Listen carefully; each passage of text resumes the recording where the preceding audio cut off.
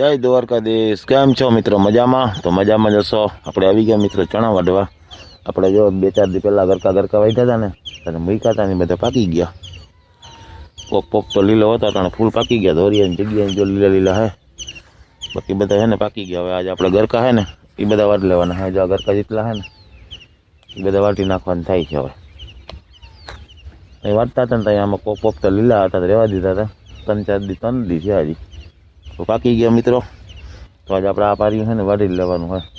એટલે ઉમાય હજી લીલા છે એટલે ચણાનું કામ છે ને ઘા ના થાય, ધીરે ધીરે હાલે. ટૂંકમાં પાક એવા વટાતા જાય. આપણે 2-3 દી કે 3 દીમાં વાઢવું હોય ને તો આ કામ ના થાય. ચણાનું કામ એવું હોય, પાકે નહીં એક વટા. તો મિત્રો ઝાકર આજ આવી છે. ચણામાં ઝાકર વાઢવામાં ફાયદો કરે અને ધાણામાં નુકસાની છે.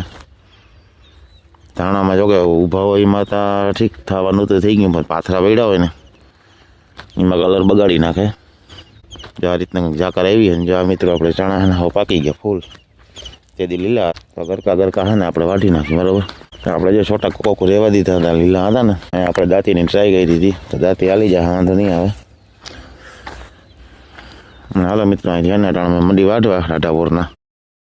જય દ્વારકાધીશ, રામ રામ. કેમ છો મિત્રો? બધા મજામાં? તો મજામાં જઈશો. કાલે ને લાડવા ખાવાની બહુ મજા આવતી હતી, અને આજ જો શું કરો? મજા હતી આજની ઘડી તો મજા ના આવી. આજે વાઢવા પડે ચણા. આપણા ઘર કોઈ વડ નહીં કહો મિત્રો. હવે ગરકા બધા છે ને પાકી ગયા. તમને હવે કીધું એ રીતના જ આપણે વાઢી નાખવાના છે, બરાબર. ઝાકર જો પણ ઉડી ગઈ. ગરકા હે ને લઈ લઈને તો કામ થાય પૂરું. પછી કંઈક દાંતી બાતી હાલે કાજી ના આમાં અમારું ના રહે. પછી ઓલો પારી અડધું આની કોર લીલો હોય, ઉની કોરી પાકી જાય ખાઈએ. તો ઉતાણી આવીએ ને તારા હવે વટાઈ જાય પાકી જાય. તો જોઈએ શું થાય આગળ.